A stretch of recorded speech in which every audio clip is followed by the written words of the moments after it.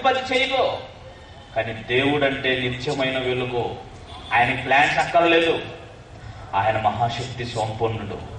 అందుకని ఆయన హస్తముల నుండి కిరణములు బయలు వెళ్ళుచున్నవి, ఆయన చేతిలోని ఆహారమును భూమి మీద జంతువులు లావుకొని చూసుకొనుచున్నవి. అంటే భూమి మీద బ్రతుకుతున్న జీవరాశులన్నీ దేవుని వల్ల బ్రతుకుతున్నాయి అని చక్కగా చెబుతున్నాడు. నువ్వు బ్రతకాలంటే వెలుగు కావాలి, నువ్వు బ్రతకాలంటే జీవం కావాలి. జీవం యొక్క ఉనికి కూడా ఇప్పటికీ శాస్త్రవేత్తలు చెప్పలేకపోతున్నారు అని అంటే కారణం ఏంటి? జీవము ఎందుకు చెప్పలేరో తెలుసండి? ఎందుకంటే చూసిన దాన్ని నమ్మే తత్వం ఉన్నంత కాలం ఇది అర్థం కాదు. ఆ జీవము ఎవరు అన్న సంగతిని మీరు గ్రహించగలిగితే పిల్లరా, ఆయన ఎవరు అనంటే ఆయన నిత్య జీవము కలిగినటువంటి దేవుడు. ఇర్మియా గ్రంథం 10వ అధ్యాయము 10వ వచనంలో చూడండి.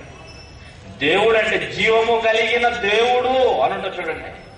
అంటే ఆయన ఎలా చేశాడో ఆ విషయాలు చెప్తున్నట్టు ఇర్మియా గ్రంథం 10వ అధ్యాయం 10వ వచనంలో, యెహోవాయే నిజమైన దేవుడు, ఆయనే జీవము గల దేవుడు, ఆయనే జీవము గల దేవుడు. ఇందాక మీరు చదువుకున్న తిమోతి పత్రికలో మాట కూడాను 6:13, జీవమునకు ఆధారమైన దేవుడు. దేవుడు అంటే జీవానికి ఆధారం అయితే ఆ జీవానికి ఆధారమైన ఆయన నిత్య జీవము కలిగిన వాడు. నీకు జీవం రావాలంటే నిత్య జీవం అనే గని ఉండాలి. ఆ నిత్య జీవమే దేవుడు. నీకు వెలుగు రావాలంటే నిత్యమైన వెలుగు ఉండాలి. ఆ నిత్య వెలుగే దేవుడు.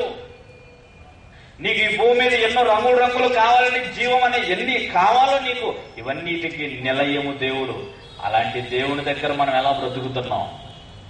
అలాంటి దేవుని గురించి మనం ఎలా ఆలోచిస్తున్నాం? చూడండి ఆయన ఏమంటున్నాడు చూడండి. యెహోవాయే నిజమైన దేవుడు, ఆయనే జీవము గల దేవుడు, సదాకాలము ఆయనే రాజు, నిత్యం ఆయన దేవుడు. అంతేగా అలాంటి మహాదేవుణ్ణి ఈరోజు మనం ఎలా ఆలోచిస్తున్నాం ప్రియులారా? ఆయన గురించి మనం ఎలా పరిచయం చేస్తున్నాం లోకానికి? ఇప్పుడు మీరు ఆలోచించండి. అందుకనే దేవుడు తన గ్రంథంలో రాయించినటువంటి సంగతులను బట్టి సృష్టికర్త అయినటువంటి దేవుని గురించి మీరు అర్థం చేసుకోవాలి అని అంటే మహాజ్ఞాన గ్రంథమైనటువంటి బైబిల్లో మాత్రమే ఈ సంగతి మనకు దొరుకుతుంది.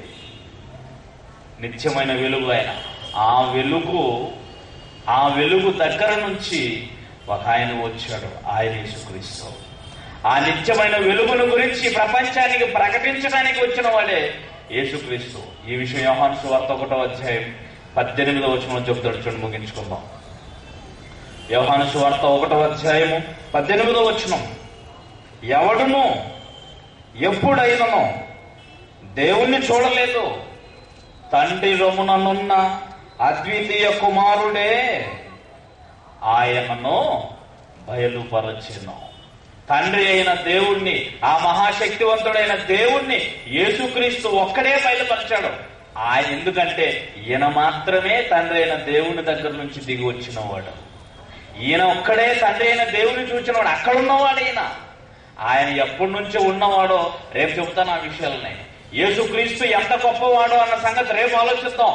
కానీ సృష్టికర్త అయినటువంటి దేవుడు ఎంత గొప్పవాడు అన్న సంగతి మీరు గ్రహించగలిగితే ఆయన నిత్యమైన వెలుగు. అందుకే ఆయన వలన మనం బ్రతుకుతున్నాము అంటాడని పౌలు గారు. దేవుని వలన మనం బ్రతుకుతున్నాం, దేవుని వలన మనం ఉనికి కలిగి ఉన్నాం, దేవుని వలన మనం చలిస్తున్నాం అని అంటాడు 17వ అధ్యాయం అపోస్తలుల కార్యం 28వ వచనంలో.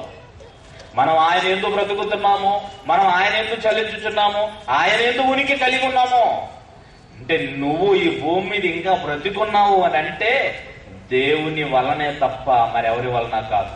చాలా మంది అంటుంటారండి, ఏదో జీవనోపాధి కోసం పనిచ్చిన వాడిని పట్టుకొని అంటే నేను ఫలాని వాడి వల్ల బ్రతుకుతున్నానండి అని అంటాడు ఒక కార్మికుడు. భార్య అంటది, నేను నా భర్త వల్ల బ్రతుకుతున్నానండి అంటది. పిల్లలు అంటారు, మా తల్లిదండ్రుల వల్ల బ్రతుకుతున్నామని అంటారు. కాదు, వీరెవ్వరి వలన కాదు. వీరందరూ ఉన్నంత మాత్రాన దేవుడు లేకపోతే మనం బ్రతకలేము. అందుకే మీరు బాగా ఆలోచించండి ప్రియులారా, దేవుని వలన మనం ఉనికి కలిగి ఉన్నాం, దేవుని వలన మనం బ్రతుకుతున్నాం. ఇలాంటి నిత్య దేవుణ్ణి గురించి మనం ఎలా ఆలోచిస్తున్నామో ఇప్పుడు మీరు ఆలోచించండి. దేవుడు అంటే అనన్య సామాన్యుడు, మానవ ఊహలకు మానవ జ్ఞానానికి అందనంత మహా ఉన్నతుడు ఆయన. అలాంటి భయంకరుడైనటువంటి దేవుణ్ణి చిన్న చిన్న పేర్లకు పరిమితం చేసి, చిన్న చిన్న రూపాలకు పరిమితం చేసి, చిన్న చిన్న విషయాలకు ఆయన వాడుకొని చిన్న చిన్నగా లోకానికి పరిచయం చేయకండి. దేవుడు అంటే ఎంత మహాశక్తివంతుడు అన్న సంగతిని ఈరోజు మనం గ్రహించగలిగాం. ఇక రేపు ఆయన గురించి తెలియజేసినటువంటి యేసుక్రీస్తు, ఆయన ఉనికి ఏంటో, ఆయన గొప్పతనం ఏంటో. ఎందుకంటే యేసుక్రీస్తు లేకపోతే ఇదంతా మనకు తెలియదు. ఇంత మరి యేసుక్రీస్తును మాత్రం మనం ఎలా అర్థం చేసుకోగలిగాం? వేదాలలో క్రీస్తు అంటున్నారు కదా, యేసుక్రీస్తు ఏమంటే సత్యవేద గ్రంథమైన యేసుక్రీస్తును గురించి